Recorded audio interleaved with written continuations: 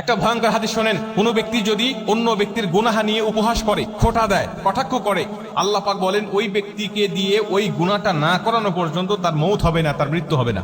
মানে আপনি আপনার ভাইয়ের কোনো গুনাহ নিয়ে খোঁটা দিচ্ছেন, কটূক্তি করতেছেন, উপহাস করছেন, মানুষের মাঝে বলে বেড়াচ্ছেন, ওই গুনাহ আল্লাহ আপনাকে দিয়ে করাবে, তারপরে আপনাকে দুনিয়া থেকে টান দিবে।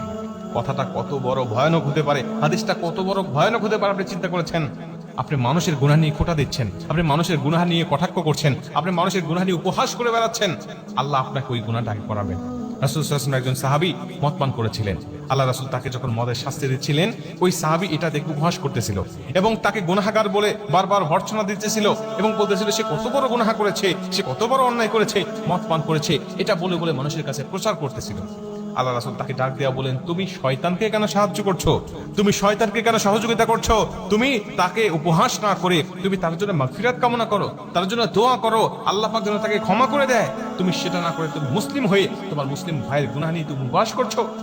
প্রিয় ভাই, যখন কোনো ব্যক্তি অন্যের গুনাহ নিয়ে উপহাস করে, তখন নিজের মধ্যে অহংকার চলে আসে, নিজের মধ্যে আত্মঅহমিকা চলে আসে। আর অহংকার হলো আল্লাহ পাকের চাদর, এই চাদর ধরে যারা টান দেয়, আল্লাহ পাক তাদেরকে ছেড়ে দেয় না।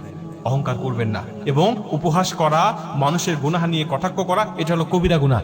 যেই কবিরা গুনাহ আপনার যদি একটা থাকে আমল নামায়, ওই একটা কবিরা গুনাহ আপনাকে জাহান্নামে নিয়ে যাওয়ার জন্য যথেষ্ট হবে।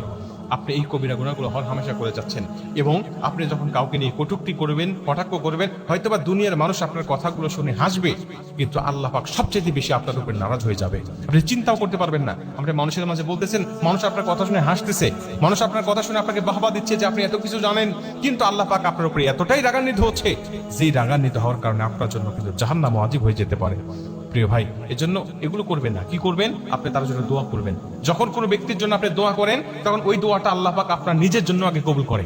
দেখেন কত সুন্দর কথা। আপনি কোনো ব্যক্তির জন্য দোয়া করতেছেন, আল্লাহ আমার অমুক ভাইকে আপনি ক্ষমা করে দেন, আপনি মাফ করে দেন। আল্লাহ বলে, যা, আগে তোকে মাফ করবো, তারপরে তাকে ক্ষমা করবো।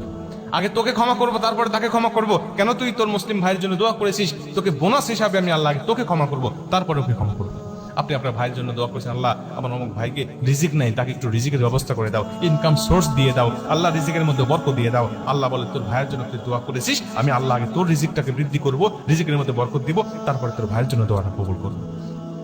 প্রিয় ভাই, ইসলামটা কত সুন্দর দেখেন। আপনি যদি আপনার ভাইয়ের জন্য সবসময় কল্যাণকামী হন, তাহলে আল্লাহ আপনার উপর সন্তুষ্ট হবে, আল্লাহ আপনাকে সুখময় এবং শান্তিময় জীবন দান করবে।